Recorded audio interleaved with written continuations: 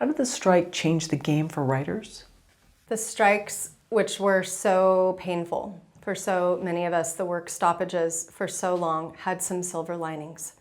The greatest silver lining being like this awesome contract that they got all the points that they were negotiating for, that the AMPTP had said like hard no. And then they ended up getting so many of those boons to their contract, the pay increase, the room size guarantees, and so many other wonderful things that came out of it on the contract side. And then also walking the picket line, making friends. Many writers made lifelong friends coming out of the strike. I bet there's a few strike babies too. They'll be on the way. I can't wait to hear about them. Then of course, I think one of the silver linings was now we all understand so much more about the business side. So before the strikes, I was one of the only people out there teaching writers the business side. Here's what you need to know about your step deals and your contracts and what to negotiate for. I had writers who I knew who was either coaching or who came through the school who were like working for free. Oh no, I don't work for free. And coaching them about all this. It was very hush-hush before the strikes about like, well, how much money do I get? I mean, you could go to the WGA website and see the minimums, the schedule of minimums. Oh, this is what I could expect to get if I get staffed, if I sell a show, that's all listed. But you wouldn't necessarily know how much someone else was making or not making, because again, that like happy, busy, pretty, you would never want to let the warts show or say, I'm having trouble like making ends meet. But it normalized the conversation around money.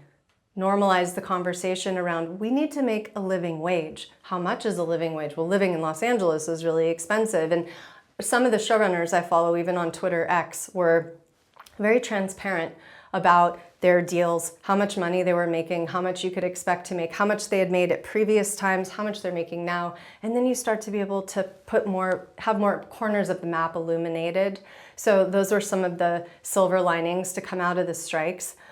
We've only seen, now at this time, we're filming this the very end of the year, we've only seen the interim mandates come out. So right now, the execs are all in their company retreats figuring out, what are we gonna do? What are we gonna buy coming into 2024? On the upside, writers are coming in with a most powerful deal they've ever had. It's never been a better time to be a writer. But the change that happened in April 2022 was huge on the Wall Street side of the business. And it's really important that you understand this, because up until then, streaming was valued by its growth. How many more subscribers were getting added every quarter? And then those valuations were what drove the stock prices up for those big companies like Netflix, like Amazon, like the ones that you love and follow, Paramount, Disney. Some of them got into the game later, right? Netflix was the lead horse. Well, what happened was the bottom fell out of the market. Suddenly, they're not being seen as the incredible, endless growth opportunity that Wall Street and Silicon Valley love so much. And then it was like, oh, but now they need this thing called revenue. They need actual money. Well, where has money come from traditionally in the entertainment business? Two places, going way back for 100 years. The box office and ads. That's network TV, that's the model. It's commercial breaks. It's box office. We just saw Barbie and Barbenheimer happen this summer, right? Like, killed it at the box office. That was so great, whichever movie you wanted to see, or both in a double feature. And $1.4 billion was the last number I saw that it has done worldwide. James Cameron kills it at the box office with the Avatar series franchise. So looking at, okay, going forward, what's going to have theatrical necessity, what's going to do well at the box office, and then expecting that, yes, the streamers are all going to be adding these ad tiers because they need advertising money coming in addition to the subscriber revenue. What does that mean for you as a writer? It means there's probably going to be fewer shows on the air. It means that if you're coming from a place of having IP, you have better positioning than most people out there who are just saying, I have this great original show.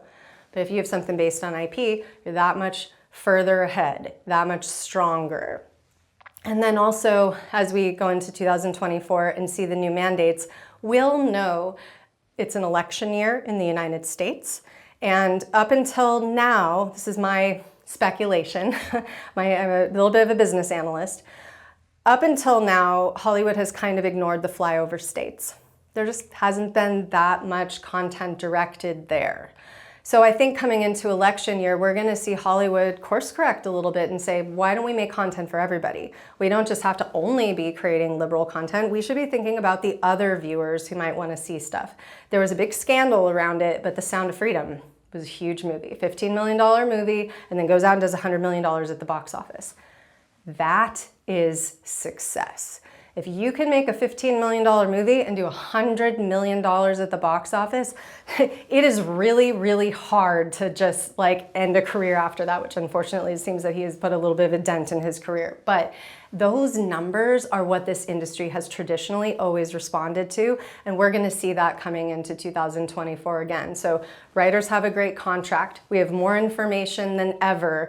You can go after IP. You can do business trainings like through the Entertainment Business School and start to understand your positioning and take advantage of the fact that there's box office momentum. Think about a franchise. What could you write that would have franchise opportunity and possibility? Because I guarantee you the buyers are going to be looking for that. Why did Barbie work? Why was it so successful? What else could we do? Yes, we're going to see some other toy franchises for sure. But the smart writing, that was fun, that got, my theater, I don't know if you've seen it or at yours, but my theater was full of women, moms, and little girls laughing their heads off, all dressed in pink. It was an event. It was fun. So writing something that's fun, writing something that doesn't exclude somebody, but that is a little bit for everybody. Our classic 4-quadrant movie is going to be, I think, what buyers are looking for in 2024. And then, of course, on the streaming side, who knows? Because the advantages on streaming, who has the advantage? Netflix, Apple, Amazon, they're huge companies. Apple's worth $3 trillion right now. Like, that is ludicrous money.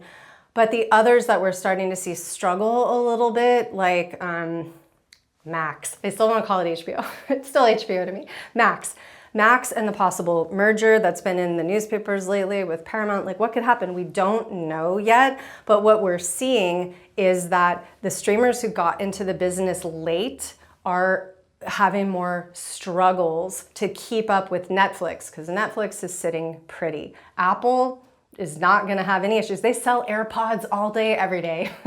They can finance anything they want. Martin Scorsese's next movie, right? So as you think about your own positioning in 2024, can you go out with something that's like franchise box office? Can you partner with others who might have more industry experience than you? We could all Wolfpack together and sell something together. That will give you an advantage, because we've had 600 shows on the air. Okay, next year we might have like 400 shows on the air. We're gonna see a paring back. But then on the other hand, bigger budget, legacy stuff. Harry Potter will be coming out, which Max is investing in significantly. So thinking about your positioning, again, my life as a surfer, we get out there in the water and go, where should I be to catch the wave that I want to ride? Oh, if I go over here, well, there's no one else over there. Okay, well, but if I'm here and then the wave comes that I want to ride, I'm in the right place. You got to think like that about your career.